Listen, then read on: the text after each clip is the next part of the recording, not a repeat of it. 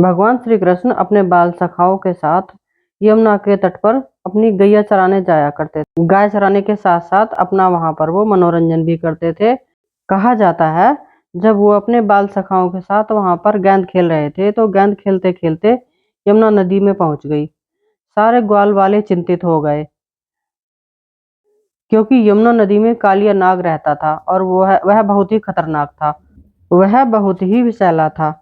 उसके विष के कारण यमुना नदी का पानी भी काला हो गया था और वहां पर डर के मारे कोई नहीं आता जाता था।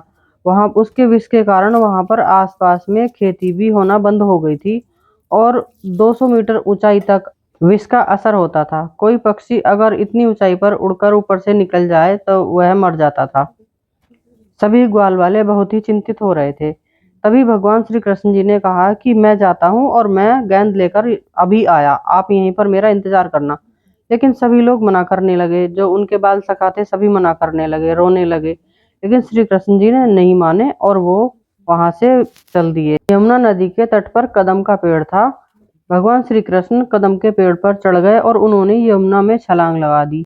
यह दृश्य उनके सारे बाल सखा देख रहे होते हैं और वह बहुत ही घबरा जाते हैं और वहां से एक बाल सखा दौड़ा दौड़ा हुआ माता यशोदा के पास पहुंचता है और वह सारी बात माता यशोदा को बताता है।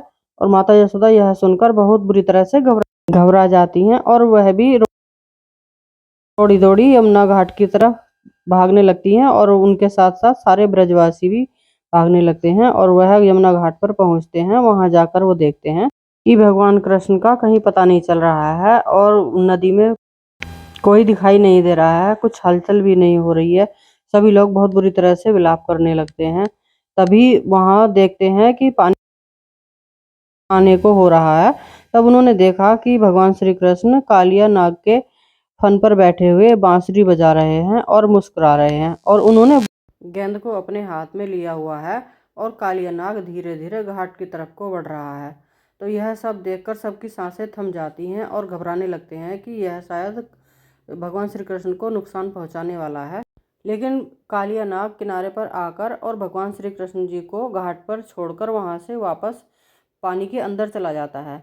भगवान श्री कृष्ण जी ने कालिया नाग को यह शर्त के साथ वापस किया कि अगर तुमने पीछे मुड़कर देखा है तब तुम पत्थर के बन जाओगे।